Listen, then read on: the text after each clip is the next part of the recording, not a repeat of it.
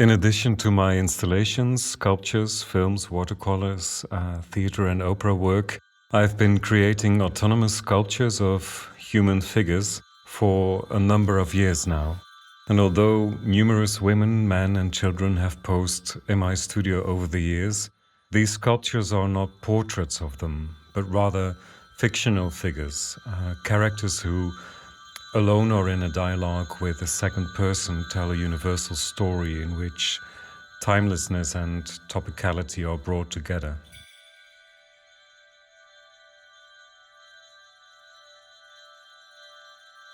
With the Horseman and other stories, I will mainly present elaborately detailed human figures that are mostly depicted in a moment of rest or while performing a trivial daily action.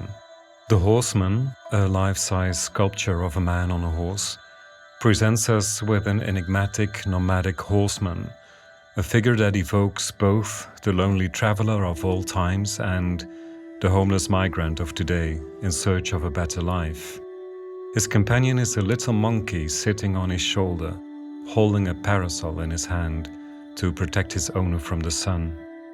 The horse carries handy work tools on the flanks and small collections of banal as well as quite mysterious objects that presumably are of great importance to the traveler. As you can see, there are also a rolled-up sleeping bag and a trumpet in his luggage.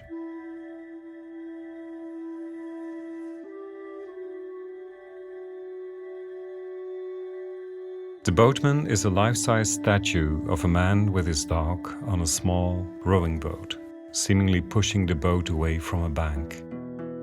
Like the Horseman, he is a homeless loner, a middle-aged man halfway through life, always on the move.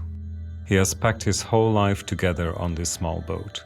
Means of survival, personal belongings and goods that he can offer for sale or exchange are stacked and tied up in an improvised way.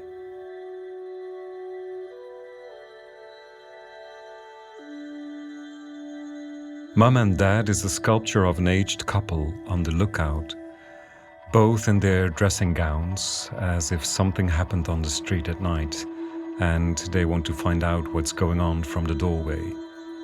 I think and hope their body language and facial expressions speak volumes about their age and their relationship.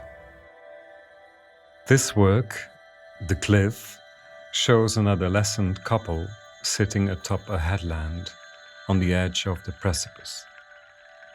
The girl's open gaze lingers in the distance, as if preoccupied with something beyond the setting, while the boy's attention is entirely focused on her.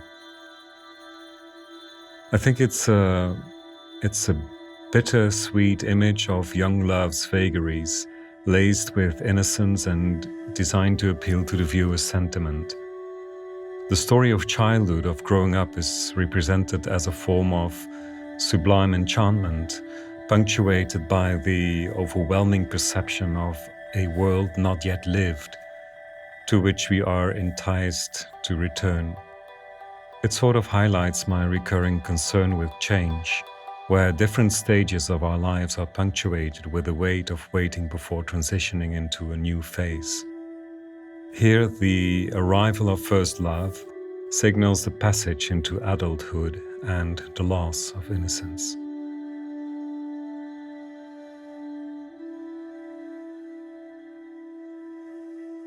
Sleeping Girl Home is a scaled-down version of the previously realized life-size work of a sleeping girl on a Chesterfield sofa.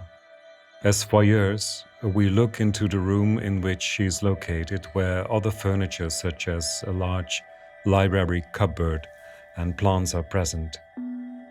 Through the windows of the room, a kind of evening sunlight falls inside, making the quiet mood tangible.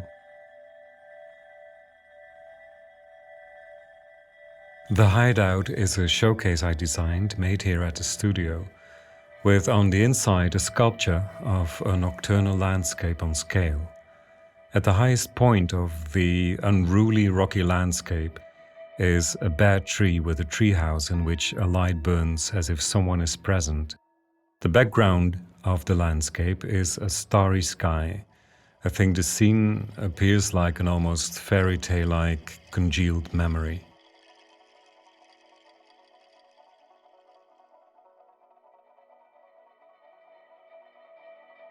Lilly is a sculpted, classic still life of a most slender table with a draped tablecloth and a vase with a graceful branch with lily flowers.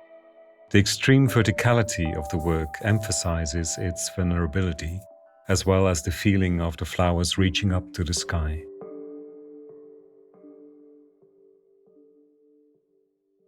This work, Dog, is a life-size sculpture of a sleeping dog.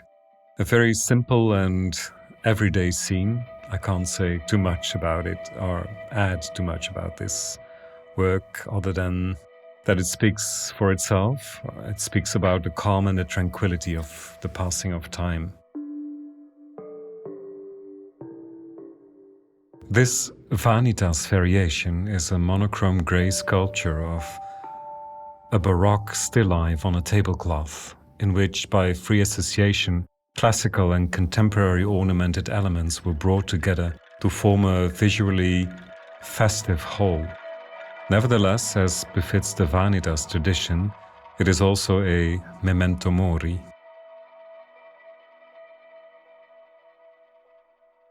Lisa and Stephanie, large watercolor paintings, are the first of a new body of works. This series portrays men and women of different backgrounds and ages in a relaxed sitting or lying position. They look the spectator directly in the eye. Due to the large dimensions of the works, the characters are perceived as life-size, which I hope creates a great directness. Although they all clearly find themselves in the calm of an interior, I improvised dreamy landscape elements in the background or around them. It seems that these additions are an extension of their reflective mood. As a whole, I hope the exhibition will speak about our growing pains, the search for identity, the difficulties of communicating, the awkwardness inherent to our existence, but also about our dreams and hopes for a better future and the search for inner peace and wonder.